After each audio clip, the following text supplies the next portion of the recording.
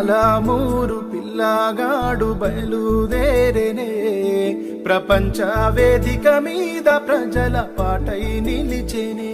సాయి చంద్ అంటే ఒకప్పుడు తెలంగాణ ఉద్యమ సమయంలో కానీ బీఆర్ఎస్ పార్టీకి సంబంధించినటువంటి ఏ సభలు నిర్వహించినప్పటికీ కూడా ఆయన పాటలు అనేవి చాలా ఫేమస్.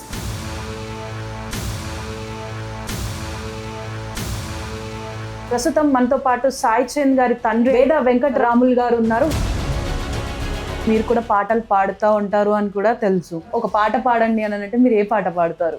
ఏ పాట పాడను, ఏమని పాడను, బ్రతుకే కన్నీరురో.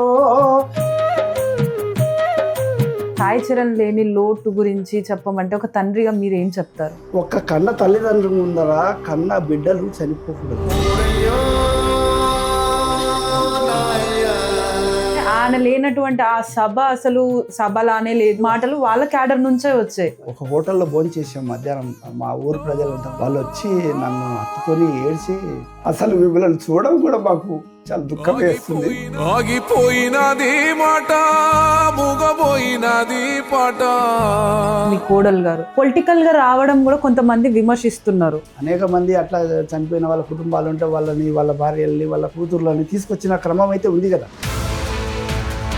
మీరిద్దరు కలిసి పాడిన పాటలు ఏమైనా ఉంటే ఒకటి పాడగలుగుతారా? నాన్న నాన్న నాన్న నీ మనసు ఎంత మంచిదో నాన్న, నాన్న నాన్న నాన్న నీ ప్రేమ ఎంత గొప్పదో నాన్న. సాయి చంద్ అంటే ఒకప్పుడు తెలంగాణ ఉద్యమ సమయంలో కానీ బీఆర్ఎస్ పార్టీకి సంబంధించినటువంటి ఏ సభలు నిర్వహించినప్పటికీ కూడా ఆయన పాటలు అనేవి చాలా ఫేమస్. దాదాపుగా 2 సంవత్సరాలు అయితే వస్తుంది తను చనిపోయి. దాని తర్వాత నుంచి కూడా ఇప్పుడు ఏదైతే బీఆర్ఎస్ పార్టీ మీటింగ్స్ జరిగినప్పుడు కానీ ఏదైనా తెలంగాణకి సంబంధించినటువంటి పాటలు వచ్చినప్పుడు కూడా ఆయనని ఎంతగా మిస్ అవుతున్నామన్న విషయాన్ని కూడా ఇటు తన ఫ్యామిలీ అయినా కూడా అటు బీఆర్ఎస్ పార్టీ క్యాడర్ వాళ్ళైనా కూడా అసంతృప్తిని అనేది వ్యక్తం చేస్తున్నారు. అంటే ఇప్పుడు తను చనిపోయిన తర్వాత నుంచి కూడా ఈ పరిస్థితులు ఎలా ఉన్నాయి, అసలు బీఆర్ఎస్ పార్టీ ఎలా ముందుకు సాగుతుంది, అతని పాటలు లేని సభలు ఎలా ఉంటున్నాయి ఏంటి అన్న విషయాలన్నింటినీ కూడా చర్చించడానికి ప్రస్తుతం మనతో పాటు సాయి చంద్ గారి తండ్రి అయినటువంటి వేద వెంకటరాములు గారు ఉన్నారు. వారిని అడిగి తెలుసుకుందాం. నమస్తే సార్. నమస్తే మేడం. సార్, అంటే సాయి చంద్ గారికి జరిగిన దాని పట్ల మీకు అంటే ఈ వయసులో కొడుకుని కోల్పోవడం అనేది చాలా బాధాకరం. సో అంటే సాయి చంద్ విషయం పక్కన పెట్టినప్పటికీ మీరు కూడా ఒక రచయిత, మీరు కూడా పాటలు పాడుతూ ఉంటారు అని కూడా తెలుసు. అంటే ఇప్పుడు మీకు ఒకవేళ ఒక పాట పాడండి అని అంటే మీరు ఏ పాట పాడతారు? నమస్కారం మేడం. బిగ్ టీవీ వాళ్ళ మేనేజ్మెంట్కు, మీరు యాంకర్ శ్రావణి గారికి ముందుగా అభినందనలు తెలియజేస్తున్నాను. Thank you sir. నన్ను ఆహ్వానించినందుకు. ఒక ప్రజా ఉద్యమ గాయకుడు సాయి చంద్ ఫాదర్గా నన్ను ఆహ్వానించి మీ దగ్గర కొన్ని మాటలు ముచ్చట్లు తెలుసుకుందామని, హిస్టరీ తెలుసుకుందామని, సాయి చంద్ హిస్టరీ లేదా మా కుటుంబం హిస్టరీ తెలుసుకుందామని పిలిచినందుకు మీకు ధన్యవాదాలు తెలియజేస్తున్నాను. నా పేరు వేద వెంకటరాములు. మా ఊరు ఉమ్మడి మహబూబ్నగర్ జిల్లా, వనపర్తి జిల్లా. ప్రస్తుతం అమర్చింత మాది మండల కేంద్రం. పాత కాన్స్టిట్యున్సీ అమర్చింత కాన్స్టిట్యున్సీ నియోజకవర్గ కేంద్రం మాది. అక్కడనే నేను పుట్టి పెరిగాను, అక్కడనే జీవిస్తున్నాను, ఇప్పటిదాకా అక్కడే ఉంటున్నాను. ఇక నేనైతే ప్రస్తుతానికైతే నేను ఖాళీగా ఉన్నాను. నేను ప్రజా ఉద్యమాల్లో పనిచేశాను. తర్వాత ప్రైవేట్ ఐటీఐ కాలేజీలో లెక్చరర్గా, ఫ్యాకల్టీగా కూడా పనిచేశాను. ప్రస్తుతం నా కొడుకు తదనంతరం నేను ఖాళీగానే ఇంటి దగ్గరనే ఉంటున్నాను. నేను ప్రజా ఉద్యమాల్లో పనిచేస్తున్నా అనే దాని కొరకు మీరు ఒక పాట ప్రారంభం చేస్తే బాగుంటుందని అడుగుతున్నారు. సంతోషం మేడం. ఆ సందర్భంగా మొట్టమొదలు నా కొడుకు నేను కలిసి పాడుకున్న పాట మొట్టమొదటిసారిగా 2010లో ఒక ఛానల్లో మేమిద్దరం కలిసి, నేను నా కొడుకు ఇద్దరం కలిసి పాడినటువంటి పాట మొట్టమొదటిసారిగా మీకు వినిపిస్తా. ఏ పాట పాడను, ఏమని పాడను, ఏ పాట పాడను, ఏమని పాడను, బ్రతుకే కన్నీరురో ఓరయ్యా, బ్రతుకే కన్నీరురో ఏ పాట పాడను ఏమని పాడను బ్రతుకే కన్నీరురో ఓరయ్యా బ్రతుకే కన్నీరురో మగబిడ్డనైననని నన్ను మెచ్చుకున్నారు సాగు భూములమ్మేసి నన్ను చదివించారు డిగ్రీలు పుచ్చుకొని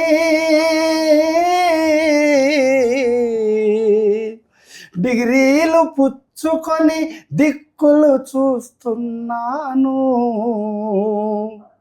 ఏ పాట పాడను ఏమని పాడను బ్రతుకే కన్నీరురో ఓరయ్యా బ్రతుకే కన్నీరురో ఆశలు పెంచుకున్నా అమ్మ నాన్నను పెంచలేను ఆశలు పెంచుకున్నా అమ్మ నాన్నను పెంచలేను తోబుట్టు చెల్లెలికి తోడునే తేలేను తోబుట్టు చెల్లెలికి తోడునే తేలేను జోగినై తిరుగుతున్నా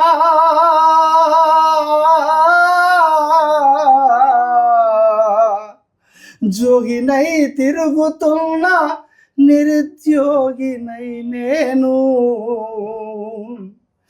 ఏ పాట పాడను ఏమని పాడను బ్రతుకే కన్నీరురో ఓరయ్యా బ్రతుకే కన్నీరురో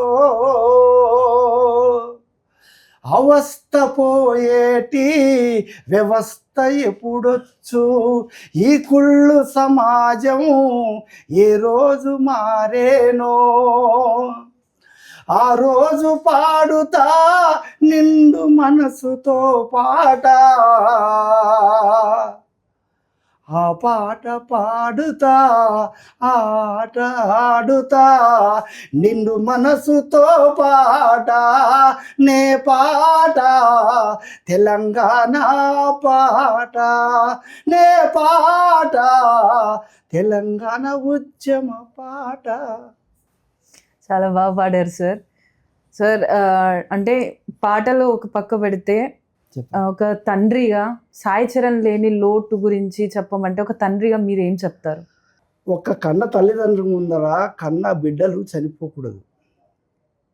వాళ్ళు పెరిగి పెద్దగా అయ్యే ప్రయోజకులై ఈ దేశం కొరకో ఈ కుటుంబం కొరకో అంతో కొంత న్యాయం చేసి లేదా త్యాగం చేస్తే అది తల్లిదండ్రులకు ఎంతో కీర్తి వస్తుంది, సంతృప్తి చెందుతారు. కానీ వాస్తవంగా నాకు ముగ్గురు, 2 కొడుకులు 1 కూతురు మేడం. నాకు పెద్ద కొడుకు క్రాంతి కుమారు, ఆయన మిలిటరీ జవాన్గా ఆయన వెళ్ళి అనారోగ్యంతో 2021 ఏప్రిల్ 1వ తారీఖు నాడు ఆయన చనిపోయాడు. అంటే 18 సంవత్సరాల సర్వీస్ చేసిన తర్వాత. అలాంటి కొడుకుని నేను కన్నందుకు నా రుణం తను తీర్చుకున్నాడు. తనను కన్నందుకు నేను గొప్పగా ఫీల్ అవుతున్నాను. ఈ దేశం కొరకు త్యాగం చేసినందుకు అది మంచి పేరు అనిపిస్తుంది. ఈ దేశంలో ఎవరైనా కానీ ఒక సోల్జర్గా ఈ దేశం కొరకు కనీసం 1 సంవత్సరం పనిచేసిన అది గొప్ప విషయంగా భావిస్తాం. నా కొడుకు 18 సంవత్సరాలు సర్వీస్ పూర్తి చేసి రిటైర్మెంట్ అయ్యి ఇంటికి వచ్చి అనారోగ్యం పాలై మమ్మల్ని ఆగమాగం చేసి అనారోగ్యంతో వెళ్ళిపోయాడు. కానీ ఇది ఒక 2021 కరోనా టైం. 2023 జూన్ 29వ తారీఖు రాబోయే నెల. ఇంత వ్యవధిలోనే అంటే దాదాపు 1.5 సంవత్సర కాలంలో వ్యవధిలోనే అంటే నాకు ఎట్లా పుట్టినరో నా కొడుకులు, పెద్ద కొడుకు తర్వాత చిన్న కొడుకు పుట్టడం అనేది ఒక క్రమం జరుగుతుంది కదా తల్లికి తండ్రికి.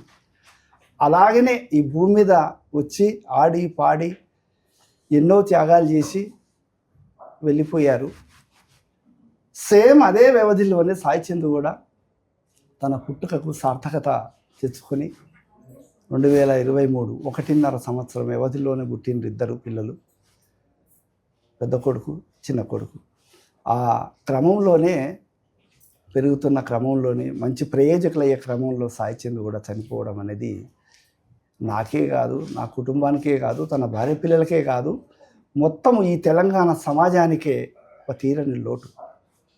ఇక మాకైతే అది జీవితాంతం మాకు ఉండే దుఃఖం, నాకు, నా కోడలకు, తన పిల్లలకు. అది మరవలేము. ఎందుకంటే ఇప్పుడు ఎవరమైనా మేడం, తల్లిదండ్రులు పిల్లలను చూసి సంతోషపడతాం, ఆశపడతాం, ఆనందపడతాం. కానీ చూస్తూ చూస్తూ ఉండగానే ఒక్కసారే కుప్పకూలిపోవడం అనేది అది భరించలేని విషయం. ఒకేసారి పెద్ద పర్వతం ఒకేసారి కూలిపోతే ఎంత నష్టమో, ఎంత కష్టమో, ఎంత దుఃఖమో చెప్పనలవి కాదు అది. అట్లా నా కొడుకులు చాలా మంచి ప్రయోజకులు అయిన తర్వాత, మంచి పేరు తెచ్చుకున్న తర్వాత, అంటే 39 సంవత్సరాల వ్యవధిలోనే ఇద్దరు ఈ దేశం, ఈ ప్రపంచం, ఈ లోకం విడిచి వెళ్ళిపోవడం అది చాలా బాధాకరము. ఎందుకంటే నాకు 64 సంవత్సరాలు ఇప్పుడు. నాకు అంటే నాకంటే సగం వయసు కూడా లేదు నా పిల్లలకు. సగం వయసు వ్యవధిలోనే ఇద్దరు నన్ను కళ్ళ ముందరనే నా కన్నీటికి నిరవధిక కన్నీర్లు పెట్టించి నన్ను బాధ పెట్టి దుఃఖపెట్టి వెళ్ళిపోవడం అనేది చాలా చాలా బాధాకరమైన విషయం. అయితే రోజు మేము తప్పకుండా సాయి చంద్ పాట విని, పాట చూసి, అంటే యూట్యూబ్లలో చూస్తూ తన ఇంటర్వ్యూస్ కానీ, తన పాట కానీ, తన ముచ్చట కానీ, తను చెప్పిన ఇంటర్వ్యూస్ కానీ అన్నీ వింటూ మేము నిద్రపోతున్నాం. అంటే ఒక్క రోజు కూడా తనని తలుచుకొని రోజు లేదు మాకు. అంటే మేము బ్రతుకున్నప్పుడు 3 నెలలకు, 6 నెలలకు, సంవత్సరానికి ఒకసారి తనని చూసేవాళ్ళం. అప్పుడు కూడా రోజుగా మా ఇంటికి వచ్చి మాతోటి కాలక్షేపం చేసి మమ్మల్ని ఆనందపరిచి లేదా మమ్మల్ని తోటి ముచ్చట్లు పెట్టిన రోజులు కూడా లేవు. కానీ ఒక 20 సంవత్సరాల వ్యవధి, 2003 నుంచి తను హైదరాబాద్కు వచ్చిండు. అంటే తను దాదాపు 16-17 ఏళ్ళ వయసులోనే హైదరాబాద్ నగరానికి డిగ్రీ చదువుకోవడానికి వచ్చిండు. అప్పటి నుంచి 2003 నుంచి 2023 దాకా దాదాపు 20 సంవత్సరాలు మేము తక్కువ పీరియడే మేము కలుసుకున్నాం. అంటే తన అభిప్రాయాలు కానీ, నా అభిప్రాయాలు కానీ, నా బాధలు కానీ, తన బాధలు కానీ చెప్పుకునేటువంటి పరిస్థితులు తక్కువనే. చదువుకున్న రోజుల్లో కానీ, తను తెలంగాణ మూమెంటు వచ్చినప్పటి నుంచి కానీ తక్కువ మీటింగ్లలో కలవడం, తనతో ఏదో తన బాధ తను నాకు చెప్పడం, నా బాధ తనకు చెప్పడం, లేదా తన సంతోషం నాకు చెప్పడం, నా సంతోషం తనకు చెప్పడం తప్ప పెద్దగా కలిసి కూర్చొని అంటే సాంసారిక విషయాలు, కుటుంబ విషయాలు చర్చించుకున్న రోజులు లేవు మేడం. అతి తక్కువ మాకు. అంటే మేము ఎప్పుడు మాట్లాడుకున్నా నాకు ఆర్థికంగా ఇబ్బందులు అని చెప్పడం కానీ, లేదే నా కుటుంబం చాలా ఇబ్బందుల్లో కూరుకున్నది, ఏమైనా హెల్ప్ చేయండి అని, సహాయం చేయండి అని నా కొడుకులు అడిగిన రోజులు లేవు. ఎన్నడైనా నేను మాట్లాడిన నా పెద్ద కొడుకుతో కానీ, నా చిన్న కొడుకుతో కానీ ఏం మాట్లాడుకున్నామంటే, మాకు పుట్టినందుకు ఒక సార్థకత తీసుకురండి, ఒక మంచి పేరు తీసుకురండి. మీరు ఉద్యోగాలు చేయకపోయినా పర్వాలేదు, మంచి చదువులు చదువుకోవాలి.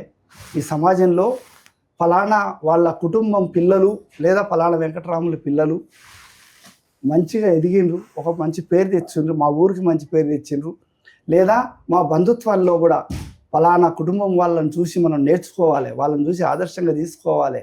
వాళ్ళ కుటుంబం చూడు ఎన్నడూ చీకులు, పీకులాటలు, ఇబ్బందులు కలగకుండా, ఎంత కష్టం వచ్చినా, ఎంత బాధలు వచ్చినా ఎవరికీ చెప్పకుండా మంచి విషయాలు, సంతోష విషయాలే చెప్పడం, కలగలిసి ఉండడమే తప్ప మా బాధను మీరు పంచుకోండి అని ఎప్పుడు చెప్పిన రోజులు లేవని అనుకునేటట్లుగా ఉండాలి మనం. అంటే మన కుటుంబాన్ని ఒకరు ఆదర్శంగా తీసుకోవాలి. మనల్ని ఎప్పుడైనా ఫలానా మనిషి ఉన్నట్లు మనం జీవించాలి, అప్పుడే మనకు పేరు ఉంటుందని చెప్పుకున్న విషయాలే తప్ప మేము ఎన్నడూ మా కుటుంబాల గురించి, తన కుటుంబం గురించి నాకు కానీ, నా కుటుంబం గురించి తనకు కానీ, నా ఇద్దరు కొడుకులకు మాకు ఇట్లా బాధలు ఉన్నాయి, మాకు ఇవి సమస్యలు ఉన్నాయి, ఎట్లైనా పరిష్కారం చేయండి, లేదా భార్యాభర్తల మధ్యలో సమస్యలు ఉన్నాయి, లేకపోతే ఇంకేదైనా ఉన్నాయి అనే సమస్యలే మాట్లాడుకున్న రోజులు లేవు మాకు. ఎప్పుడైనా సమాజం గురించి మాట్లాడుకోవడం, లేదా ఏదో చిన్న చిన్న విషయాలు, లేదా నాన్న ఇట్లా తక్షణం అవసరం ఉంది, కొంత డబ్బు ఏదన్నా వెసులుబాటు కలిగించి నాకు సహాయం చేస్తే బాగుంటుందని అనడం తప్ప, రెగ్యులర్గా నన్ను జీవింపజేయడం కొరకు కొడుకులుగా మీరు బాధ్యత, తల్లిదండ్రులని మీరు చూసుకోవాలి, మీరు ఆదరించాలి అని ఒక డిమాండ్గా కానీ ఒక ఫోర్స్ఫుల్గా కానీ అడిగిన రోజులు లేవు మేడం. ఇస్తే తీసుకునేది, లేకుంటే లేదు. నేను కూడా కొంత ప్రైవేట్ కాలేజీలో పనిచేస్తున్నాను కాబట్టి అంతో ఇంత నాకు ప్రైవేట్ కాలేజీ ఎంత వస్తాయి, మహా అంటే 2,000 3,000 జీతాలు. అంటే ఎప్పుడు తన 20 ఏళ్ళ, మా ఇద్దరు కొడుకుల 20 ఏళ్ళ జీవిత ప్రస్థానంలో, అంటే 16 ఏళ్ళు దాటిన తర్వాతనే, అంతకుముందు ఏం పని చేయరు కదా, 16 ఏళ్ళు దాటిన తర్వాత యంగ్ వయసు వచ్చిన తర్వాత ఏదైనా పని చేస్తే వాళ్ళకు మహా అంటే కొంత 5,000 10,000 జీతం వస్తే ఒక 1,000 రూపాయలు 2,000 ఇవ్వండి అని అడుగుతారు తల్లిదండ్రులు. కానీ అది కూడా మేము ఎన్నడూ ప్రస్తావించకుండా నేను చేయలేదు. నా కష్టంతో నేను కానీ, నా భార్య కానీ, నా కూతురు కానీ, నా కొడుకులు కానీ ఎప్పుడు కూడా అట్లా పరస్పరం చేసుకొని జీవించడం. అయితే ఇప్పుడు సాయి చందు లేదా మా పెద్ద కొడుకు క్రాంతి కుమార్ ఇద్దరు చనిపోయిన తర్వాత, అంటే నేను ఊహించింది ఏంటంటే ఎప్పుడైనా మమ్మల్ని మంచిగా చూసుకుంటారులే, అంటే ఇప్పటికైతే కాలు చేతులు మంచిగానే ఉన్నాయి, నేను ఎక్కగలుగుతున్నా, నడవగలుగుతున్నా, ఉరకగలుగుతున్నా, ఇప్పుడు ఎందుకు నాకు అవసరం, వద్దులే, అవసరం వచ్చినప్పుడు అడుగుదామని అనుకుని టైంలో, అంటే ఒక వృద్ధాప్య దశ అనేది ఒక ప్రతి మనిషికి వస్తుంది. 60 ఏళ్ళు దాటిన తర్వాత అనారోగ్యము రావచ్చు, లేకపోతే బీపీ షుగర్లు పెరిగిపోయి పని చేయలేకపోవచ్చు, ఈ రకరకాల అనారోగ్య సమస్యలు వచ్చి కూడా ఇబ్బందులకు గురై కింద పడ్డప్పుడు మనం అడుగుదాంలే మన పిల్లల్ని అనుకునే టైంలో 60 ఏళ్ళు దాటిన తర్వాత నాకు కన్నపిల్లలు లేకపోవడం, అది చాలా బాధాకరం మేడం. చెప్పుకుంటే ఇక అంటే దుఃఖంతో చెప్పాల్సిన విషయాలే, సంతోషంగా చెప్పుకునే విషయాలు కావు. కానీ సాయి చంద్ లాంటోడు ఈ సమాజానికి చాలా అవసరం, మాకే కాదు. కానీ ఉండవలసి ఉండే, తన పాట కోసం ప్రపంచమంతా నలుమూలలా ఎదురు చూసిండ్రు. తన ఒక్క పాటని అమెరికా వరకు తీసుకెళ్ళి, తన గొంతు, తన స్వరం ఎక్కడికి తీసుకెళ్ళిందంటే, ఎక్కడో అమరచింత, ఎక్కడ అమెరికా, 7 సముద్రాలు దాటి సాయి చంద్ పాటకు వాళ్ళంతా సాయి చంద్ పాటను వినాలనే ఆదుర్తత ఎంత గొప్పగా ఉండిందంటే మాకు ఆశ్చర్యం వేసిన విషయాలు. అమెరికాలో తన పాట కొరకు పిలిచి పాట పాడించుకోవడం, ఇటు దుబాయ్లో 3-4 సార్లు దుబాయ్కి వెళ్ళి, దుబాయ్ తెలుగు వాళ్ళు, దుబాయ్లో ఉండే వాళ్ళందరూ కూడా సాయి చంద్ పాట వినాలని, తన ప్రోగ్రాం చూడాలని అని పిలుచుకొని తన పాటని కానీ, తన మాటల్ని కానీ, తన రూపం కానీ చూడాలనుకోవడం అనేది గొప్ప విషయం కదా మేడం. ఇంత చిన్న మాట కాదు అది. ఎందుకంటే మేము సైకిల్ మీద ప్రయాణం చేసేవాళ్ళం. అమెరికాకు వెళ్ళాలంటే ఏరోప్లేన్లో వెళ్ళాలి, ఎక్కడ సైకిలు, ఎక్కడ ఏరోప్లేన్. అంటే అంత స్థాయికి తన యొక్క ఇది ప్రతిభ ఉంది చూడండి, చాలా గొప్ప విషయం అది. ఎవరికి రాదేమో అనిపిస్తుంది ఆ స్వరం, ఆ కంఠము. మళ్ళీ మళ్ళీ వినాలి, మళ్ళీ మళ్ళీ ఆయన చూడాలి, మళ్ళీ మళ్ళీ ఆయన మాట వినాలి అని ఎదురు చూసే ప్రజలు ఇప్పటికీ ఉన్నారు. రీసెంట్లీ మనం వరంగల్ సభకు రజతోత్సవ సభ జరిగింది, టిఆర్ఎస్. ఆ సభకు నేను కూడా వెళ్ళాను. కానీ అక్కడ వచ్చిన జనాలు దాదాపు 10 లక్షల పైనే ఉంటారేమో. అక్కడ కల్చరల్ టీం ఏర్పాటు చేస్తే, కల్చరల్ టీము అంటే నేను ఎందుకంటున్నా అంటే, నా దగ్గర చాలామంది అన్నారు సాయి చంద్ లేని లోటు ఎంత కనపడుతుంది కదా. అవును, అంటే ఆ సభలు జరిగినప్పుడు కానీ, తెలంగాణ ఉద్యమం అప్పుడు కానీ ఆయన పాటలు చాలా కీలక పాత్రను పోషించాయని నన్ను ఇప్పటికీ చెప్పుకుంటారు. అంటే ఆయన లేనటువంటి ఆ సభ అసలు సభలానే లేదు, అంటే డల్ గా జరిగింది అని. ఒకవేళ సాయి చంద్ ఉంటే ఇప్పుడు పాటలతోటి ఎంతో ఉత్సాహంగా నడిచేదన్న మాటలు వాళ్ళ క్యాడర్ నుంచే వచ్చాయి. అంటే నిజమే అంటారు? అంటే మీరు కూడా సభకి వెళ్ళారు కదా? వెళ్ళాను. నాతోటి చాలామందిగా నేను అంటే మా ఊరు నుంచి బస్సులో వెళ్ళాము. నేను మధ్యలో రోడ్డు దిగి ఒక హోటల్లో భోంచేసాం మధ్యాహ్నం లంచ్ అవర్లో ప్రయాణంలో. వరంగల్ వెళ్తుంటే హైదరాబాద్ దాటిన తర్వాత ఒక రోడ్డు మీద భోజనం చేసి మధ్యాహ్నం టైంలో భోజనం చేసి రోడ్డు మీద నేను మా బస్సు ఎక్కుదామని వెళ్తుంటే అనేక మంది బస్సులో ప్రయాణం చేస్తూ కార్లలో ప్రయాణం చేస్తూ వచ్చేవాళ్ళు నన్ను చూసి ఆగేసి సాయిచంద్ వాళ్ళ నాన్నగారు కూడా వస్తున్నట్టున్నారు సభకు అని చెప్పి వాళ్ళు బస్సు ఆపుకొని నా కొరకు వెయిట్ చేస్తున్నారు అవతల సైడ్. నేను ఇవతల క్రాస్ రోడ్ చేస్తున్నా అంటే పిలిచి ఇక మా ఊరు ప్రజలు ఎంతమంటే సాయిచంద్ వాళ్ళ నాన్నగారు వీళ్ళు అంటే వాళ్ళు వచ్చి నన్ను హత్తుకొని ఏడ్చి వెరీ వెరీ అసలు మిమ్మల్ని చూడడం కూడా మాకు చాలా దుఃఖం వేస్తుంది. అంటే సాయిచంద్ ఉంటే సభ ఎంత కళగా ఉండేది, సాయిచంద్ ఉంటే ఎంత గొప్పగా సభని ఉత్తేజపరుస్తుండేనేమో, మమ్మల్ని ఆనందింపజేస్తుండే, లేదా మాకు ఒక స్పిరిట్ తెప్పిస్తుండే, మాకు ఒక చైతన్యం కలిగిస్తుండే. ఆయన పాట అంటేనే అంటే మా కొడుకులు మా తండ్రులు మాకు కూడా కుటుంబాలు ఉన్నాయి, కానీ మా వాళ్ళకంటే ఎక్కువగా అభిమానించినాం మేము సాయిచంద్ని. మా తల్లిదండ్రుల కంటే మా పిల్లల కంటే కూడా సాయిచంద్ అంటే ఒక దేవుడు లాకంగా మనం అందరికంటే దేవుడిని గొప్పవాడు గారు మనం కీర్తిస్తాం. అంటే ఒక దేవుడు మన ప్రత్యక్షమై కనబడితే ఎంత ఆనందపడతామో అట్లాంటి స్ఫూర్తిని కలిగిస్తుండే మాకు సాయి ఉంటే. మీరు రావడం, మాకు మిమ్మల్ని కలవడం, మిమ్మల్ని ఇట్లా ప్రత్యక్షంగా చూడడం మాకు అంటే వివిధ జిల్లాల వాళ్ళు, నేను ఎక్కడో అమర్చింతలు ఉంటాను కాబట్టి నేను ఎక్కువగా రెగ్యులర్గా ఏ పొలిటికల్ అనాలిసిస్లో కూడా నేను లేను కాబట్టి అందరు అట్లా అరే నాన్నగారు వచ్చారు అని కలవాలి, ఆయనకు కొంచెం మనం ఆదరణ చేయాలి, ఆయనకు కొంచెం మర్యాద ఇవ్వాలి అని చెప్పి నా దగ్గరకు వచ్చి కలిసి ఫోటోలు దిగి సెల్ఫీలు దిగి ఎప్పుడన్నా కానీ మా ఊరికి మిమ్మల్ని పిలుస్తాం. సాయిచంద్ లాగా మీరు కూడా మంచి పాట పాడతారు, మంచి సాయిచంద్ లాగా మీ రూపం కూడా ఉన్నది అంటే మీరు తండ్రి కొడుకులు అంటే నమ్మలేకపోతున్నాం. ఒక అన్నదమ్ముల వరుసలో ఉన్నట్టున్నారు, మీరు యాక్టివ్గా ఉన్నారు, మీరు ఇంకా ఇట్లనే ఉండాలి, ఆరోగ్యంగా ఉండాలి, యాక్టివ్గా ఉండాలి, మిమ్మల్ని మేము చూడాలి, ఇంకా మిమ్మల్ని ఇప్పుడిప్పుడే మర్చిపోను, ఎప్పుడు సాయిచంద్ మర్చిపోని అంటే మిమ్మల్ని చూస్తే మాకు సాయి గుర్తొస్తాడు, మీ పాట వింటే సాయి గుర్తొస్తాడు, కనుక మీరు ఉండాలా సార్, నాన్న మీరు ఉండాలి అని చెప్పి మా ఊరికి మిమ్మల్ని పిలుస్తాం, మా ఊరు ప్రజలంతా మిమ్మల్ని ఆదరిస్తారు అని చెప్పి అంటుంటే ఒక్కొక్క జిల్లాల వాళ్ళందరూ కలిసి సెల్ఫీలు దిగి వాళ్ళ ప్రేమని నాకు పంచడం మాకు చాలా ఆనందం వేసింది, దుఃఖం వేసింది. అంటే అంత గొప్ప అంటే సాయి లేని సభ చూడండి ఎంత పేలవంగా జరుగుతున్నది. అంటే సాయి ఉంటే అదొక ఉత్తేజం కలుగుతుండే, సభ మీద ఉండేవాళ్ళు కానీ సభ కింద ఉండే ప్రజలు కానీ లేదా తన మీద ఉండే అభిమానులకు కానీ అసలు కేరింతలు కొడుతుంటే మీ సాయి ఉంటే ఎంత ఉత్సాహపరుస్తుండే కదా. సాయి లేని లోటు కనపడుతుంది, చాలా చాలాగా కనపడుతున్నది అని చెప్పి అన్నారు. అంటే ప్రజలు కూడా అన్నది మాట ఏంటంటే మీరు కొంచెం ముందు ఉన్నట్టే సాయి లేని లోటును కొంచెమైనా తీర్చగలుగుతుంటారేమో. అంటే మీరు వేదిక మీద కనబడి ఉంటే మాకు సాయి వాళ్ళ నాన్నగారు కూడా ఒక పాట పాడిండు, సాయి వాళ్ళ నాన్న నుంచే సాయి కూడా వచ్చిండేమో అనుకుని మేము సంతృప్తి పడేవాళ్ళమేమో అన్న మాటలు కూడా నాకు వినిపించారు.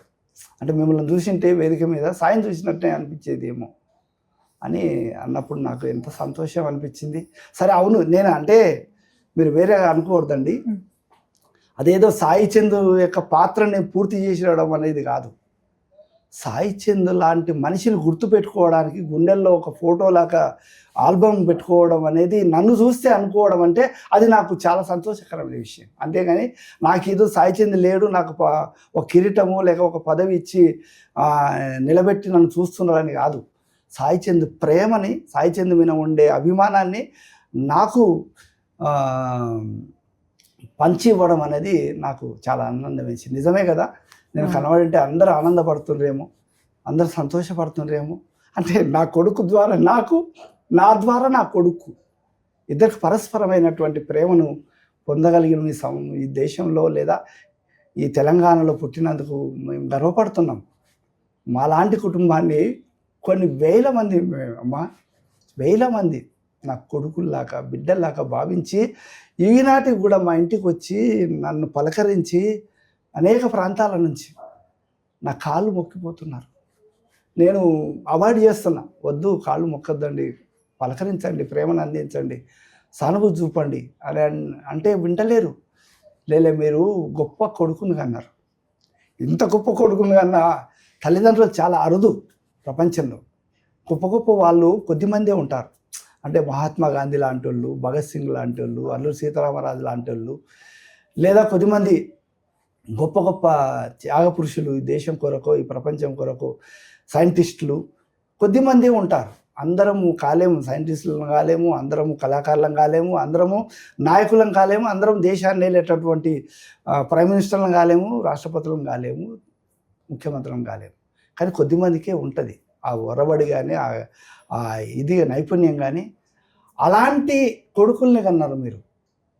మమ్మల్ని అందరినీ కూడా ప్రేరేపణ తీసుకొచ్చి తెలంగాణనే తీసుకొచ్చేటంత స్థాయిలోకి సాయిచంద్ లేకపోతే తెలంగాణ వచ్చేదా అన్నంత ప్రశ్న మాకు కలిగించింది. సాయిచంద్ లేకపోయి ఉంటే, సాయిచంద్ అనేవాడు మీ కడుపులో పుట్టకపోయి ఉంటే, లేదా సాయిచంద్ అనేవాడిని మీరు ఇంత తీర్చిదిద్దకపోయి ఉంటే, ఒక కళాకారుడిగా ఒక స్వరాన్ని, మంచి స్వరాన్ని అందించి మీ రక్తనాళాలతో పాటు స్వరాన్ని కూడా ఇంత గొప్ప స్వరం అందించకపోయి ఉంటే సాయిచంద్ని మేము గుర్తుంచుకునే వాళ్ళమా? చాలామందికి కొడుకులు ఉంటారు, చాలామందికి కళాకారులు ఉన్నారు ఈ తెలంగాణలో. సాయిచంద్ ఎప్పుడైతే కళారంగం మీదకి వచ్చిండ్రో కొన్ని వేల మంది కళాకారులు పుట్టుకొచ్చిండ్రు. సాయిచంద్ని చూసి ఉండొచ్చు, సాయిచంద్ కంటే ముందు ఉండొచ్చు, సాయిచంద్ తర్వాత అనేక మంది. సాయిచంద్ లాంటి కళాకారుడు అంటే సాయిచంద్కి వస్తున్న పేరు చూసి మేము కూడా కళాకారుడుగా పాటలు పాడే గాయకులుగా తయారైతే మాకు కూడా అట్లా ప్రేరణ అందిస్తారేమో, ప్రజలు మమ్మల్ని గుర్తుపెట్టుకుంటారేమని వచ్చిన కళాకారులు తెలంగాణలో కోకొల్లలైనరు.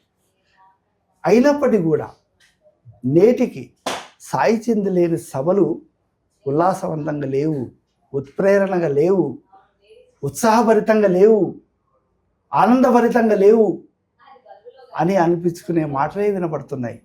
సాయిచంద్ లేకపోతే ఏమి, ఇంకొకరు ఉన్నారు, మరో సాయిచంద్ ఉన్నాడు అనుకునేటట్లుగా ఈనాటికి కూడా అంటే 2 సంవత్సరాలు కావస్తున్నది. ఇప్పటికీ సాయిచంద్ ఉంటే బాగుండే అని అనుకుంటున్నారంటే ఎంత గొప్ప విషయం అది. అది నాకు చాలా చాలా చాలా గొప్ప విషయము, చాలా సంతోషం నాకు. అంటే మేము ఎన్నడూ కూడా మా ఇంటికి కానీ మాకు కానీ గొప్ప పేర్లు రావాలనో, ఒక తెలంగాణ రాష్ట్రంలోనో ఒక పదవులు రావాలని ఆశించిన వాళ్ళం కాదు మేడం. నేను కూడా ప్రభుత్వ ఉద్యోగాన్ని వదిలిపెట్టి ప్రజా ఉద్యమం కొరకు అంటే విశాఖ స్టీల్ ప్లాంట్లో నాకు ఉద్యోగం వచ్చింది 87లో. వదిలిపెట్టేసిన నేను 87లో ఉద్యోగాన్ని వదిలిపెట్టి ఉద్యమం కొరకు 300 రూపాయలు ఈ అరుణోదయ కళారంగం, అరుణోదయ సాంస్కృతిక సంఘం అని ఒకటి ప్రజా కళారంగం ఉంది, ఇప్పటికీ నడుస్తుంది. ఆ కళారంగానికి నేను 13 సంవత్సరాలు పూర్తి కాలం కార్యకర్తగా పనిచేశాను ఉద్యమం కొరకు. అంటే 4000 జీతం, 87లో 4000 జీతం వదిలిపెట్టి 300 రూపాయలకు ప్రజలు ఇచ్చే అలవెన్స్ మీద జీవించడం అంటే ఎంత కష్టతరమైంది, ఎంత త్యాగపూరితమైంది కూడా. ఎవరైనా ప్రభుత్వ ఉద్యోగాన్ని వదిలిపెట్టుకుంటారా? నాకు ప్రభుత్వ ఉద్యోగం వస్తలేదని కొట్లాడుతున్నారు, నాకు ప్రభుత్వ ఉద్యోగం కావాలని స్ట్రగుల్ చేస్తున్నారు. రావాల్సిందే, కావాల్సిందే. కానీ నేను వచ్చినా కానీ వదులుకొని ప్రజలే ముఖ్యం, ప్రజా జీవితాలు మార్చాలి, ప్రజల కోసం పనిచేయాలి. ఈ జీవితం ఎంతకాలం ఉంటుంది? 100 సంవత్సరాలు ఉంటుంది. ఆ 100 సంవత్సరాల్లో మనకు ఒక గుర్తింపు ఉండాలంటే ప్రజల కోసమన్నా పనిచేయాలి, లేదా ప్రభుత్వంలో పనిచేసి ఒక గెజిటెడ్ ఆఫీసర్గా నన్న కావాలని అనుకుంటారు సహజంగా, ఒక కలెక్టర్ని కావాలని అనుకుంటారు, లేదంటే ప్రజల కోసం పనిచేసే గొప్ప నాయకుడు కావాలని అనుకుంటారు. ఈ రెండే సమాజంలో గుర్తుంటేది. కాబట్టి నేను కలెక్టర్ లాంటి పదవిని వదులుకొని ప్రజల కోసం పనిచేసి ఒక ప్రజా నాయకుడిగా, ఒక ప్రజా గాయకుడిగా పనిచేశాను. అంటే పేరు కోసం కాదు, కానీ నాకు స్ఫూర్తి అల్లూరి సీతారామరాజు సినిమా చూసిన తర్వాత నాకు స్ఫూర్తి వచ్చింది. తర్వాత భగత్ సింగ్ చరిత్ర చదివిన తర్వాత నాకు చాలా స్పిరిట్ పొందినాను. అంటే 18 ఏళ్ళ వయసులో, నాకు 16-17 ఏళ్ళ వయసులోనే, అంటే 76లో అల్లూరి సీతారామరాజు సినిమా వచ్చింది. 76లో ఆ సినిమా చూసినాను నేను 9th క్లాస్ అప్పుడు. ఆ సినిమా చూసిన తర్వాత నాకు అంటే ఉంటే ఇట్లా ఉండాలి యువకుడుగా, అంటే ఈ దేశం కొరకు, లేదా ఈ స్వాతంత్రం రావాలనే దాని కాన్సెప్ట్ కొరకు అల్లూరి సీతారామరాజులాగా జీవించాలి అనుకున్నాను అప్పట్లో. ఆ తర్వాత భగత్ సింగ్ చరిత్ర చదివిన తర్వాత భగత్ సింగ్ లాగా కావాలి మనం. అంటే పెళ్ళి కూడా మనకు అవసరం లేదు ఇప్పుడు. యుక్త వయసు రాగానే పెళ్ళిళ్ళు చేసుకొని జీవితాన్ని ఒక సాంసారిక జీవితాన్ని అనుభవించాలనుకునే వాళ్ళం లక్షల మంది ఉంటాం. కానీ భగత్ సింగ్ దాన్నంతా కూడా వదిలేసిండు. అలాంటి జీవితాన్ని మనం పొందాలి అనుకుని అట్లా స్టార్ట్ అయినా. కానీ అప్పటికే నాకు పెళ్ళి అయిపోయింది. 76 నేను 77లో నాది ఎస్ఎస్సి అయిపోయింది. 78లోనే నాకు పెళ్ళి అయింది. అంటే 10th క్లాస్ కాగానే పెళ్ళి అయింది. కానీ ఆ నిర్ణయాలు నేను అమలు చేయలేకపోతే కదా. అంటే పెళ్లి చేసుకోకుండా ప్రజా జీవితంలోకి అడుగు పెట్టాలి, ప్రజల కోసం పనిచేయాలి, దేశ స్వాతంత్రం కోసం పనిచేయాలనే కాన్సెప్ట్ని నేను వదిలిపెడుతున్నానేమో అని భయం వేసింది నాకు. కానీ 78లో నాకు పెళ్ళి అయినప్పటికీ, అంటే మా సాయిచంద్ మా క్రాంతి తల్లి, ఆమె నువ్వు పెళ్లి చేసుకున్న తర్వాత కూడా నేను చదువును ఆపలేదు మేడం. పెళ్లి చేసుకొని వెంబడే నేను మళ్ళీ ఐటీ చదువుకున్నాను. ఆ తర్వాత హైదరాబాద్ వచ్చి ఇంటర్మీడియట్ చేసినాను. తర్వాత డిఓఎల్ పూర్తి చేసినాను. ఆ తర్వాత అప్రెంటిస్షిప్ హెచ్ఎంటీ జీడిమెట్ల ఫ్యాక్టరీలో హెచ్ఎంటీ ఫ్యాక్టరీలో 2 సంవత్సరాలు ట్రైనింగ్ చేసినాను. అంటే ఒక 5 సంవత్సరాలు నేను పెళ్ళి అయిన తర్వాత నాకు పిల్లలు పుట్టిండ్రు. అంటే నాకు పెద్ద కొడుకు క్రాంతి కుమార్, సాయిచంద్ పుట్టిన తర్వాత కూడా నేను చదువును ఆపలే. పగలు ఫ్యాక్టరీలలో పనిచేస్తుంటే జీవితం కొరకు, జీవనం కొరకు, సాయంత్రం చదువులు చదువుకుంటుంటే. అంటే నేను చదువుకుంటే తప్ప మన జ్ఞానం రాదు, చదువులు చదువుకుంటే తప్ప మనకు మంచి పేరు రాదు అనే దాంతో, అంటే చదువుకుంటే గొప్ప చరిత్రలు తెలుస్తాయి, కొంతమందికి మనం స్ఫూరణ అవుతాం, అంటే కొంతమందికి ఆదర్శంగా కూడా నిలబడతాం. చదువు లేకపోతే ఎవరు గుర్తించరు అనే ఉద్దేశంతో నేను చదువులు చదువుకున్నాను.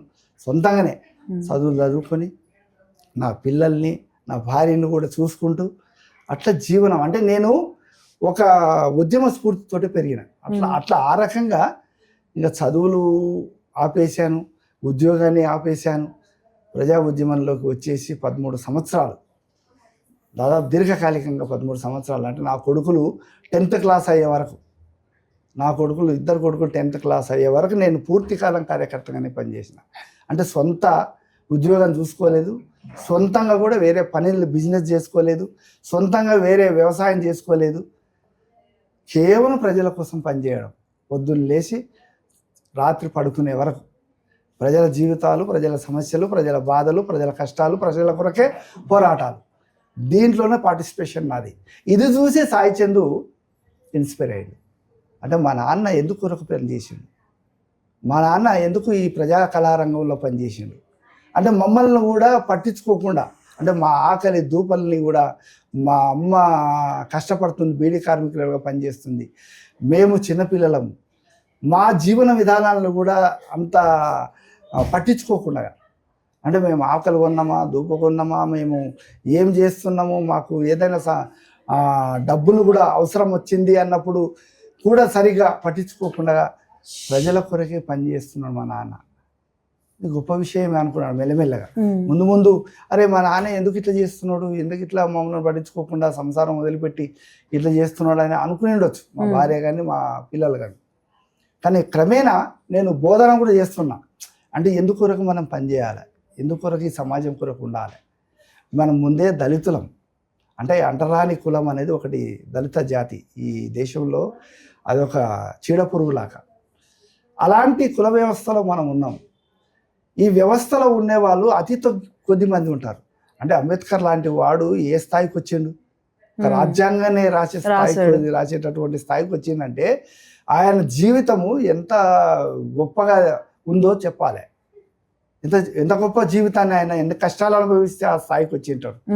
ఒక బారిస్టర్ చదవడం అంటే చిన్న మాట కాదు. ఒక దళితుడు లైట్ స్తంభాల కింద కూర్చొని చదువుకొని ఎక్కడో లండన్లో బారిస్టర్ చదివి భారతదేశ రాజ్యాంగ రచయితగా పేరు పొందడం అంటే చిన్న మాట కాదు. అది అంత ఆషామాషి విషయం కాదు. ఆయన లేకపోతే ఆయన కోట్ల ఆస్తులు వెనక ఏం సంపాదనలు లేవు. అలాంటి మనిషి ఎంత పట్టుదలతోటి చదువుకొని ఒక లండన్లో బారిస్టర్ చదివి మన దేశానికి రాజ్యాంగ నిర్మాతగా ఆయన అయిందంటే అంత గొప్ప మనిషిని మనము అలాంటి కుల వ్యవస్థలో మనం పుట్టినాం. ఆయన లాంటి గొప్ప పేరు కాకపోయినా కనీసం ఆ స్ఫూర్తిని కలిగే ఒక ఆదర్శమైన జీవితాన్ని మనం అనుభవించాలి. కనుక మనము ఈ దళిత వాడల్లో పుట్టినాం, ఈ దళితుల్లో పుట్టినాం, మనం అంత పేరు తెచ్చుకోవాలంటే మనకు మంచి ఒక లక్షణం కలిగి ఉండాలి. ఏమి లక్షణం అంటే ఒక మంచి నడవడిక కూడా ఉండాలి ప్రజల్లో. అంటే దుర్మార్గమైనటువంటి పనులు చేయకూడదు, దుర్వ్యసనాలకు దూరంగా ఉండాలి, ఒక మంచి అలవాట్లను అలవర్చుకోవాలి. అంటే త్రాగుడు కానీ, వ్యభిచారాన్ని కానీ, అంటే అట్లాంటి వ్యవస్థలకు మనం దూరంగా ఉండాలి. అప్పుడే ఒక మంచి యువకుడిగా తయారవుతాము, మంచి మనిషిగా తయారవుతాము, మంచి ఒక కళాకారుడిగా కూడా రూపొందుతాం అనే దాంట్లోని నేను ప్రయాణం చేసి నా పిల్లలకు కూడా అదే బోధన చేస్తే ఈ యొక్క క్రమాన్ని మా సాయి చందు అలవర్చుకున్నాడు. అంటే ఇప్పుడు అంటే మీరు అన్నారు కదా సాయి చంద్ ఇప్పుడు ఏదో తను 2003లో హైదరాబాద్కి రావడం జరిగింది అని. అంటే 2003 నుంచి కూడా మీరు ఎప్పుడైనా కానీ తన బాగోగుల గురించి ఏదో సమాజం గురించే మాట్లాడుకున్నాము, అంతకుమించి మాకు ఫైనాన్షియల్గా కానీ వేరే ఏ ఇతరతర సంభాషణలు కూడా జరిగేవి కాదు అని అన్నారు కదా. అంటే అప్పుడు సాయి చంద్ ఉన్నప్పుడు ఇప్పుడు సాయి చంద్ వాళ్ళ భార్య ఉన్నారు కదా, తనతో మీ ఫ్యామిలీకి ఉన్న సంబంధం ఎలా ఉండేది? ఇప్పుడు సాయి చంద్ తదనంతరం ఇప్పుడు ఎలా ఉంది? అంటే అప్పుడు మేము 2003 నుంచి 2023 దాకా కలిసే ఉన్నామంటే ఇప్పుడు కూడా కలిసే ఉన్నాము. కాకపోతే 2011లో తన పెళ్లి చేసుకున్నాడు. 2003 నుంచి 2011 దాకా ఆయన చదువుతూనే ఉన్నాడు, డిగ్రీ, పీజీ. ఆ రకంగా 2009 దాకా ఆయన డబుల్ పీజీ చేసుకున్నాడు. అప్పుడు యూనివర్సిటీలోనే ఉన్నాడు. 2010లో ఇంకా ఆయన తెలంగాణ మూమెంట్లోకి పూర్తిగా వచ్చేసాడు. అంతవరకు ఉస్మానియాలోనే ఆయన ఉద్యమాల్లో పాల్గొన్నాడు, తెలంగాణ మూమెంట్లో పాల్గొన్నాడు. అదంతా క్రమేణా ఆయన జరుగుతున్న క్రమంలోనే 2011లో ఇక పెళ్ళి చేసుకునే టైం వచ్చింది, పెళ్ళి చేసుకున్నాడు. అంటే వాళ్ళిద్దరు ఆ పీరియడ్లో దాదాపు 7-8 సంవత్సరాలు పరిచయంతో వాళ్ళు ఉన్నారు. అంటే ప్రేమించుకోవడము, పెళ్లి చేసుకోవాలని అనుకోవడం, ఇదంతా వాళ్ళకు ఒక 7-8 సంవత్సరాల వ్యవధిలోనే ఇద్దరు చదువుకుంటూనే ఇద్దరు పీజీ వరకు చదువుకున్నారు. ఆ క్రమంలో ఇద్దరికి కూడా అండర్స్టాండింగ్ ఉంది, ఇద్దరం మనము పెళ్ళి చేసుకోవాలి. కాకపోతే క్యాస్ట్లు వేరే కాబట్టి ఇంటర్ క్యాస్ట్ పెళ్లి చేసుకోవడం అంటే అంత ఈజీగా అయితే కాదు ఈ సమాజంలో ఎప్పుడైతే. కాబట్టి చాలా టైం తీసుకోవాల్సి వచ్చింది. సేమ్ క్యాస్ట్ అయితేనేమో వెంబడే పెళ్లి కూడా చేసుకోవచ్చు, ఇంకేదైనా వేరే రంగంలోకి ఉద్యోగం చేసుకోవచ్చు, బిజినెస్ చేసుకోవచ్చు, ఇంకేదైనా తాగవచ్చు. కానీ ఇంటర్ క్యాస్ట్ మ్యారేజ్ చేసుకోవడం అనేది అంత సులువైన విషయం కాదు. ఒకటి అంటే దళితుల్ని పెళ్లి చేసుకోవడం అనేది మరీ అంత సులువైన విషయం కాదు. దళితుడు అప్పర్ క్యాస్ట్ అమ్మాయిని చేసుకోవడం కానీ అప్పర్ క్యాస్ట్ వాళ్ళు దళితులు అబ్బాయిని చేసుకోవడం అనేది అంత సులువైన విషయం అయితే కాదు కుటుంబాల్లో. సరే, ఆ క్రమం అట్లా జరిగింది. వాళ్ళు అనుకున్నారు, పెళ్లి చేసుకోవాలనుకున్నారు, పెళ్ళి కూడా జరిగింది, సంతోషం. 2011 వరకు ఆమె మాకు టచ్లోనే ఉంది, మంచిగానే ఉన్నాం. అంటే ఆమె స్టూడెంట్గా నాకు పరిచయం చేసిండు, అట్లనే ఉన్నాం. అంటే ఫ్రెండ్గానే, నా ఫ్రెండ్ ఈమె, చేసుకుంటా అని కూడా అన్నాడు. అంతవరకే అట్లనే ఉన్నాం. ఆఫ్టర్ 2011 తర్వాత ఇంకా కోడలు అయిపోయింది. పెళ్ళి అయిన తర్వాత కోడలుగా వచ్చింది. అప్పుడు ఇక కోడల్ని ఎట్లా చూస్తామో అట్లనే ఉన్నాం మేము. అంటే ఆమె మా ఇంటికి రావడం, మేము కూడా వాళ్ళ ఇంటికి వెళ్ళడం. అంటే నా కొడుకు ఉన్నాడు కాబట్టి ఇక ఇద్దరితోటికి మేము అప్పుడప్పుడు తక్కువనే ఎక్కువ కాలం కాదు కానీ తక్కువ వెళ్ళేవాళ్ళని నేనైతే. ఎందుకంటే ఆల్రెడీ వాళ్ళ అమ్మ చనిపోయింది కాబట్టి నేను ఒక్కనే కదా ఇక. కాబట్టి నేను ఇంకా తప్పకుండా వచ్చి హైదరాబాద్ వస్తే తన కొరకు కాకపోయినా నేను బీపీ షుగర్ నాకు ఉన్నది, అనారోగ్యం సమస్య. బీపీ షుగర్ మందుల కొరకు హైదరాబాద్కు నేను వచ్చేవాడిని. అంటే డాక్టర్ కన్సల్టింగ్ చేసుకొని చెకప్ చేసుకొని మందుల కొరకు ప్రతి నెల నేను హైదరాబాద్కు రావాల్సి వచ్చేది. నాకు మా పెద్ద కొడుకు ఆర్మీలో ఉండే కాబట్టి ఆర్మీ హెల్త్ కార్డు ఒకటి నాకు నా పెద్ద కొడుకు ద్వారా ఒకటి ఇచ్చింది. సో దానివల్ల నేను అట్లా హాస్పిటల్స్లో నేను మెడిసిన్ కొరకు వచ్చేవాళ్ళం. సాయి చంద్ను తను ఉంటే, ఎందుకంటే సాయి చంద్ కూడా అప్పటికి ఉద్యమ తీవ్రత ఎక్కువ ఉంది. 2011 నుంచి 2014 దాకా ఉద్యమ తీవ్రత ఎక్కువ ఉంది కాబట్టి ఎప్పుడు వచ్చినా కలిసేవాడు కాదు, తక్కువ. ఈ హైదరాబాద్కి వస్తే తను ఏదో నిజామాబాద్లో, వరంగల్లో, కరీంనగర్లో, ఎక్కడో ఏ జిల్లాల్లో ప్రోగ్రాంలలో ఉన్నా అని అంటుండే. అడుగు ఫోన్ చేస్తే ఎందుకులే సాయి, ఇక నువ్వు అటు దూరంగా ఉన్నావు, కలుద్దాంలే, నీకు ఫ్రీ ఉన్నప్పుడు కలుద్దామని అనుకునే వాళ్ళం.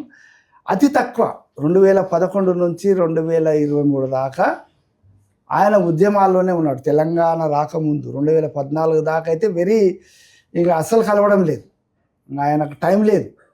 ఆ టైంలలో అంటే ఎక్కడైనా ఆయన ప్రోగ్రాంలు ఉండొచ్చు, లేదంటే ఎక్కడైనా అరెస్టులు కావచ్చు, ఇంకేదైనా కావచ్చు అనేది ఉండే కదా 2014 వరకు తెలంగాణ రాకముందు ఉద్యమ కాల పీరియడ్లో ఆయనకు అట్లాంటివి కూడా జరిగినాయి. సో అట్లాంటి టైంలో కూడా మనం ఎందుకు డిస్టర్బ్ చేయాలని నేను ఎక్కువగా కలవలే. తర్వాత 2014 తర్వాత తెలంగాణ గవర్నమెంట్ వచ్చింది. తెలంగాణ గవర్నమెంట్లో కూడా ఆయన కొనసాగుతూ వచ్చిండు. 2023 దాకా ఆయన తెలంగాణ ప్రభుత్వంలో ఒక కళాకారుడుగా ఉన్నాడు. తర్వాత గిడ్డంగుల కార్పొరేషన్ చైర్మన్గా కూడా తను పనిచేసిండు ఒక క్యాబినెట్ హోదాలో. అయితే ఈ కాలంలో కూడా మేము అంటే ఒక రిలేషన్ అనేది ఎక్కడ తప్పలేదు. ఆమె మా ఇంటికి రావడం, మేము వాళ్ళ ఇంటికి వెళ్ళడం, అంటే మా కొడుకు ఇంటికి వెళ్ళడం, ఇది కామన్గా ఉండేది. అందరి కుటుంబాల్లో ఉండేటట్లు వెళ్ళేవాళ్ళం, పోయేవాళ్ళం. ఇక వీలైతే అక్కడ ఒక పూట ఉండి అన్నం తిని వచ్చేవాడిని నేను, అంతే, మా ఊరికి మళ్ళా. అంతేగాని ఎక్కువగా అటాచ్మెంట్ అంటే నేను అక్కడనే ఉండడం, 2-3 రోజులు ఉండడం, లేదంటే ఒక ఫెస్టివల్స్కు వాళ్ళు మా ఇంటికి ఫెస్టివల్స్కి రావడం, కానీ మేము వాళ్ళ ఇంటికి ఫెస్టివల్స్కి వెళ్ళడం అనేటివి లేవు. ఎందుకు లేవు అంటే ఆయన ఉద్యమ దాంట్లో ప్రోగ్రామ్స్ వల్లే ఉంటుండే.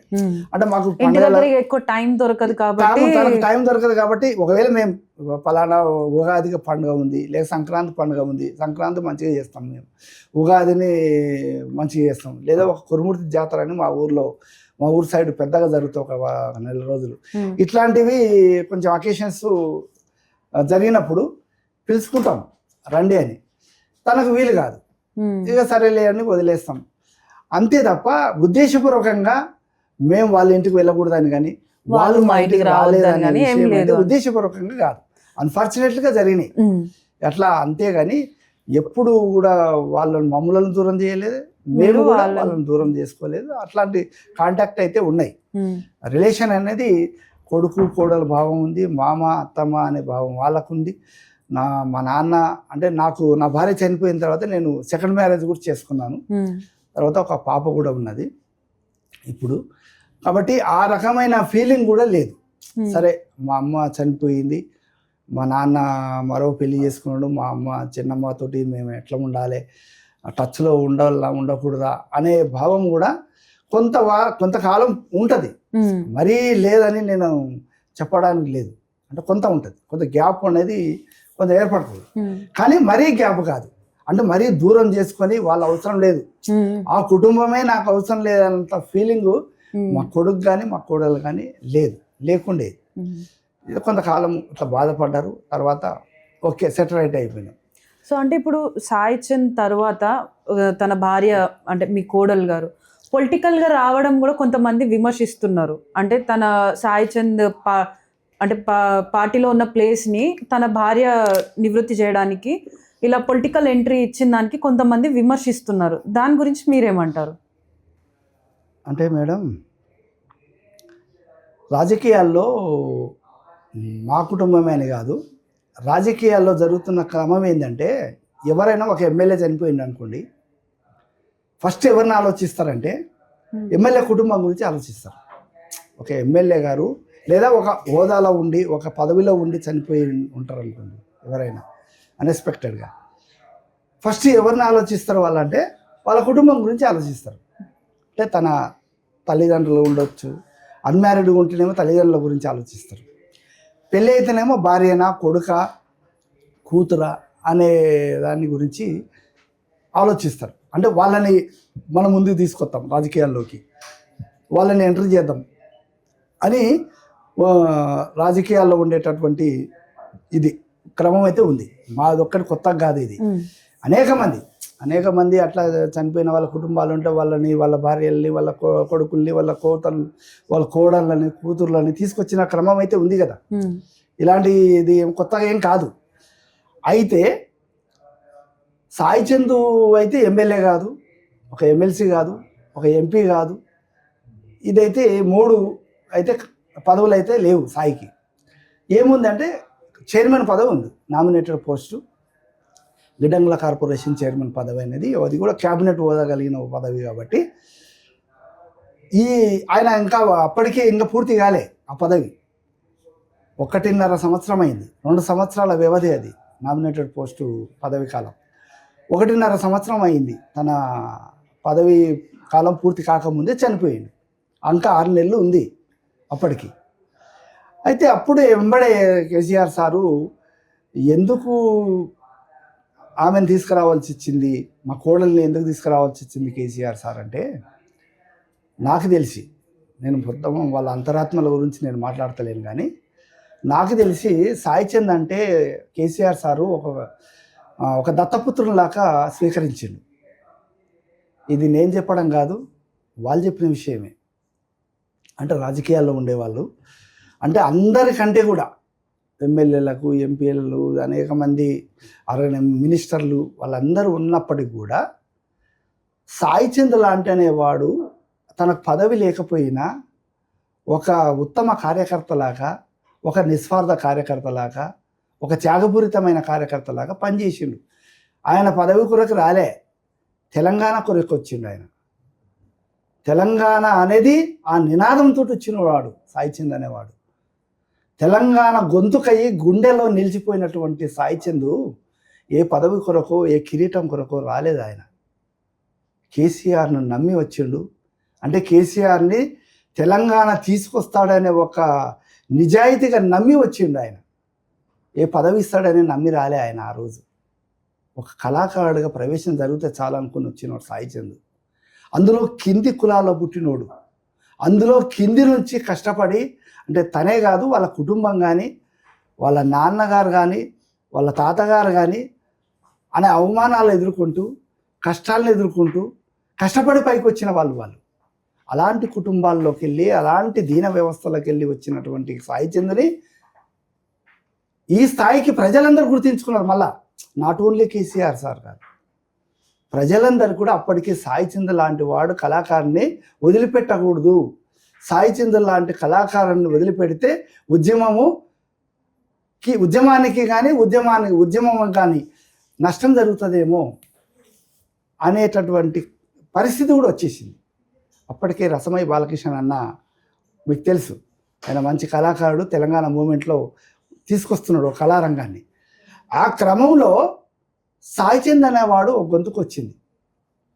ఈ సాయి చంద్ గొంతుకు అనేది లేకపోయింటే తెలంగాణ మూమెంట్ ఇంత ఉద్వేగంగా తీసుకురాకపోయే వాళ్ళమేమో అని కూడా అన్నారు కూడా.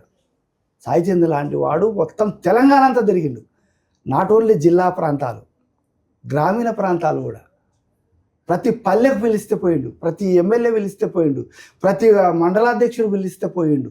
అంటే ఆ ప్రోగ్రాములు ఆ ప్రజల్ని ఉత్తేజం చేయడం కొరకు, తెలంగాణను తీసుకురావాలనే తపనతో ఉండే ప్రజలకు ఆయన ఒక ఆయుధంగా మారిండు. అలాంటి సాయి చంద్ని మనము వదిలిపెట్టకూడదు, ఆయనను తీసుకొని మనం వదిలేయకూడదు అని సాయి చంద్ని తీసుకొని మన కేసీఆర్ సారు చాలా గొప్పవారు. ఆయన నాకు తెలిసి, నా దృష్టిలో ఆయన ఎంత గొప్పగా స్వీకరించిందంటే, నా కొడుకే కానీ తను కూడా తన కొడుకులాగా భావించిండు. సాయి చంద్ లాంటి వాడు నా కుటుంబ సభ్యుడు అనుకొని ఆయనని ఆదరించి ప్రేమించి, ఆయనకు ఇంకొక మాట అన్నారు, నేను ఎప్పుడు పోలేదు కానీ సాయి చంద్ గారు కేసీఆర్ సార్ని ముఖ్యమంత్రిగా ఉన్నప్పుడు కానీ, ముఖ్యమంత్రిగా లేనప్పుడు కానీ తనను ఇంటికి వెళ్తే పలకరించడానికి లేదా కలవడానికి వెళ్తే ద్వారాలు తెరుచుకొని ఉంటాయట. ఇంకెవరైనా పోతే అక్కడే బయట కూర్చుని పెట్టేవాళ్ళట. నేనైతే ఎన్నడూ పోలేదు, విన్న మాట చెప్తున్నాను. సాయి చంద్ వచ్చిండు, సార్ మిమ్మల్ని కలవడానికంటే ఓపెన్ డోర్. అంటే ఎంత ప్రేమ ఉంటే, అంటే మన ఇంట్లో కూడా మన వాళ్ళకు మాత్రమే మనం ఓపెన్ డోర్ చేస్తాం, కానీ వాళ్ళను అక్కడనే బయట నిలబెడతాం. అంటే అంత మనస్ఫూర్తిగా, అంతటి మనసును జయించిన వాడు కాబట్టే ఆయనని తన కుటుంబ సభ్యుల్లాగా చూసుకున్నాడు. అదొక పదవి, చిన్న పదవి కూడా అనుకున్నాడు ఆయన. కేసీఆర్ సార్ కూడా ఇది ఒక చిన్న పదవి, ఇదేదో పెద్దగా అనుకోవద్దు, నిన్ను తప్పకుండా ఎమ్మెల్యేలు చేస్తా, తప్పకుండా నేను రాజకీయాల్లోకి తీసుకొచ్చి చట్టసభల్లో కూర్చోబెడతా, నా పక్కన నువ్వు కూర్చునేటట్లు చేస్తా అని కూడా ఒక చిన్న మాట కూడా ఇచ్చిండట నాకు చనిపోకముందు. ఈయన చెప్పిన మాటలు అంటే నా కొడుకు 6 నెలల ముందు పదవి అంటే చైర్మన్ పదవిలో ఉన్నప్పుడు మహబూబ్నగర్ జిల్లాలో అలంపూర్ తాలూకా అలంపూర్ నియోజకవర్గం అని ఒకటి ఉంటుంది. అలంపూర్ నియోజకవర్గం నుంచి అది రిజర్వేషన్, ఎస్సీ రిజర్వేషన్. అక్కడ నుంచి రాబోయే ఎమ్మెల్యే ఎవరు అంటే సాయి చంద్ అయితేనే తప్పకుండా ఆయన అక్కడ గెలుస్తాడు. సాయి చంద్ను తప్ప ఎవరు పోయినా అక్కడ మనం గెలవలేము అనేది ఒకటి అప్పటికే టాక్స్ వచ్చినాయి. ఆ క్రమంలో సాయి చంద్ని అలంపూర్ నియోజకవర్గాన్ని తిరగమంచిపోయింది కేసీఆర్ సార్ ముఖ్యమంత్రి గారు. అప్పుడు ఆ క్రమంలో సాయి చంద్ 6 నెలలు మొత్తం అలంపూర్కే కేటాయించి తిరుగుతూ వచ్చిండు. అంటే తప్పకుండా తను ఎమ్మెల్యే అవుతాడు. అదే కాదు, అలంపూర్ నియోజకవర్గ ప్రజలు కూడా ఏమని కోరుకున్నారంటే, అంటే నేను ఒకసారి నా కొడుకెంబడి వెళ్ళిన ఆ నియోజకవర్గానికి, తను ఒక సభకు వెళ్ళినప్పుడు, నేను గద్వాల్లోనే నేను కాలేజీ లెక్చరర్గా పనిచేస్తుంటే అప్పుడు నా కొడుకు ఆ టైంలో అక్కడ ఒక అంటే చైర్మన్ పదవిలోనే ఆయన ఒక స్పీకర్గా అక్కడ వెళ్ళినప్పుడు అక్కడ చిన్న ఒక దాడి జరిగింది సాయి చంద్ మీద సభలో జరిగితే, అప్పుడు నేను నా కొడుకు ఇట్లా దాడి జరిగిందని వెంబడే కాల్స్ వస్తే నేను వెంటనే కాలేజీ నుంచి వెళ్ళిపోతే నా కొడుకు నన్ను చూసి చాలా ఇద్దరం ఒకరినొకరు హత్తుకుని ఏడ్చుకున్నాం. అప్పుడు అక్కడ ఉండే ప్రజలంతా ఏమన్నారు తెలుసా మేడం, కాబోయే ఎమ్మెల్యే మాకు సాయి చందే, ఈ నియోజకవర్గానికి నానా సాయి చందే మా నియోజకవర్గం ఎమ్మెల్యే, ఇక మాకు ఎవరు రారు, ఇలాంటి క్యారెక్టర్ కలిగిన మనిషి, ఇట్లాంటి వ్యక్తి, లేదంటే ఇలాంటి స్పిరిట్ కలిగిన వాడు, ఇంత యువకుడు, యువ నాయకుడు, ఇంకోటి అందరికి తెలిసిన వాడు తెలంగాణలో, ఇలాంటి వ్యక్తి మాకు నియోజకవర్గానికి ఎమ్మెల్యే అవుతాడంటే మాకు చాలా చాలా అదృష్టవంతులం మేము అని ఆ రోజు అన్నవా ప్రజలు నాకు ప్రత్యక్షంగా. అంటే ఇందాక మీరు అన్నారు కదా, దాడి జరిగినప్పుడు మేము ఇద్దరం ఒకరినొకరు హత్తుకున్నాము అని చెప్పి, అట్లా మీరిద్దరు కలిసి పాడిన పాటలు ఏమైనా ఉంటే ఒకటి పాడగలుగుతారా? మేమిద్దరం అంటే ఇంతకుముందు పాడాను కదా మేడం, అది నేను ఇద్దరం కలిసే పాడినాం. ఒక స్టూడియోలో ఒక ఛానల్లో నేను ఒక చరణం, నా కొడుకు ఒక చరణం కలిసి పాడాం. ఇద్దరం ఒకటే లెవెల్, అయితే తను నిలబడ్డాడు, నేను నిలబడ్డా, ఒకే వేదిక మీద ఒకే ఛానల్లో ఇద్దరం కలిసి పాడితే అక్కడ ఉండే ఓనర్ ఏమన్నాడంటే, మీ ఇద్దరి స్వరాలు ఒకటే ఉన్నాయి, బయట నుంచి విన్నాం మేము, తండ్రి ఎవరు కొడుకు ఎవరు అన్నట్లు ఉన్నారు మీరు. అంటే అది కాకుండా ఇంకా వేరే సాంగ్స్ పాడలేదు అంటే ఇద్దరం కలిసి పాడినప్పుడు అట్లా ఆయన అనుభూతి పొందిండు. అంటే నేను ఎందుకు చెప్తున్నానంటే, ఆయన స్వయంగా మన చనిపోయిన తర్వాత ఈ మాట అన్నాడు. నేను ఒకసారి మా స్టూడియోలో ఆయన వాళ్ళిద్దరిని తల్లి కొడుకులు పిలిచి పాట పాడిస్తే, తండ్రి ఎవరు కొడుకు ఎవరు అని మేము ఆశ్చర్యపోయినాం, అంత మంచిగా స్వరాలు ఉన్నాయి వాళ్ళిద్దరివి, ఇలాంటి కళాకారులు చాలా అవసరం ఈ సమాజానికి అని మేము అనుకున్నాం. చాలా గ్రేట్ సాయి చంద్ అని చనిపోయిన తర్వాత సంస్మరణ సభలో ఆయన వ్యక్తం చేసినప్పుడు నాకు చాలా ఇబ్బంది కలిగింది. తర్వాత అంటే పాటలు చాలా పాడినాం, కానీ ఇద్దరం కలిసి పాడినవి తక్కువ. తన వేదికల మీద మేము ఎప్పుడు కూడా, అంటే తన వేదిక మీద నేను ఎన్నడూ పాడలే. అంటే సాయి చంద్ పాడిన పాటలలో మీకు అత్యంత ఇష్టమైన పాట ఏదైనా ఉందా? తను పాడిన పాట అంటే, గొప్ప పాట అంటే రాతి బొమ్మలో కొలువైన శివుడు అనే పాట చాలామందికి నచ్చిన పాట, నాకు కూడా నచ్చింది. దాంతోపాటు నా కొడుకు నా మీద రాసిండు ఒక పాట, నాన్న మీద పాట రాసిండు. మొదలు వాళ్ళ అమ్మ చనిపోయింది, 2001లో వాళ్ళ అమ్మ చనిపోయింది, వాళ్ళ అమ్మ మీద కూడా పాట రాసుకున్నాడు. ఆ తర్వాత ఒక 6 సంవత్సరాల తర్వాత 2001లో అమ్మ చనిపోతే 2006లో నాన్న కూడా నాకు స్ఫూర్తినిచ్చినోడు. అంటే పిల్లలకు తల్లే కాదు తండ్రి కూడా ఒక పాత్ర ఉంటుంది, కీలకమైంది అది. అమ్మతో పాటు నాన్నను కూడా మరవకూడదు. అమ్మ పాలిస్తుంది కానీ నాన్న అన్నం పెడతాడు. నాన్నను కూడా మర్చిపోకూడదని నాన్న పాట రాసిండు మేడం. ఆ పాట అంటే చాలా ఇష్టం, అదే పాడతాను. నాన్న నాన్న నాన్న నాన్న నాన్న నాన్న నీ మనసెంత మంచిదో నాన్న, నాన్న నాన్న నాన్న నీ ప్రేమెంత గొప్పదో నాన్న. మేము అమ్మ కడుపులో ఉన్నప్పుడు అమ్మ మనసు కష్టపెట్టలేదట, మేము భూమి మీద పడ్డ వేలప్పుడు నువ్వు బాధలన్నీ మర్చిపోయినావట. ముద్దు పెట్టుకొని గుండె కద్దుకుంటావు,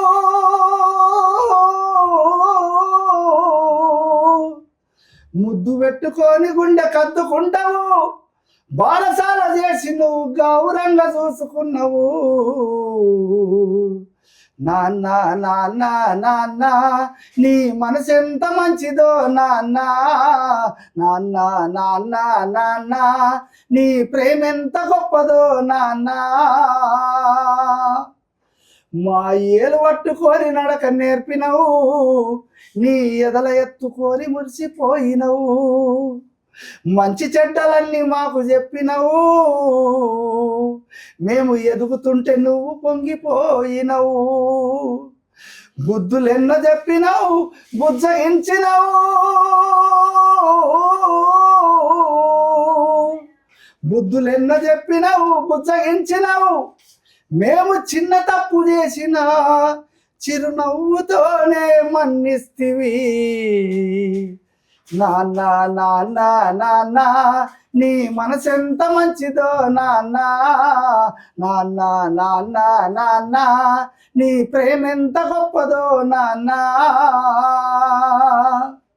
కుటుంబ భారమంతా మోసుకొచ్చినవు, బాధ్యతకు మారు పేరైనవు, నీ కష్టమంతా కడుపులోనే దాచుకున్నావు, నీ కన్నీళ్ళు కంటి రెప్ప దాటనీయవు. మేము ఒక్క పూట పస్తులుంటే చూడలేవయా,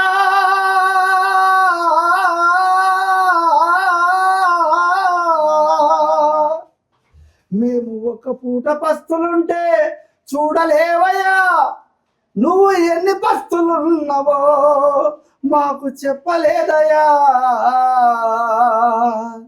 నాన్న నాన్న నాన్న నీ మనసెంత మంచిదో నాన్న, నాన్న నాన్న నాన్న నీ ప్రేమెంత గొప్పదో నాన్న. మేము కోరుకున్నదేది కాదన్నవు, మా మనసును గాయపరచనీయవు, నీ ఎదల ఎన్ని బాధలున్నా గానీ మా క్షేమమే నువ్వు కోరుకున్నావు. నీ త్యాగం ఎంత పొగిడినా కొంచెమేనయా,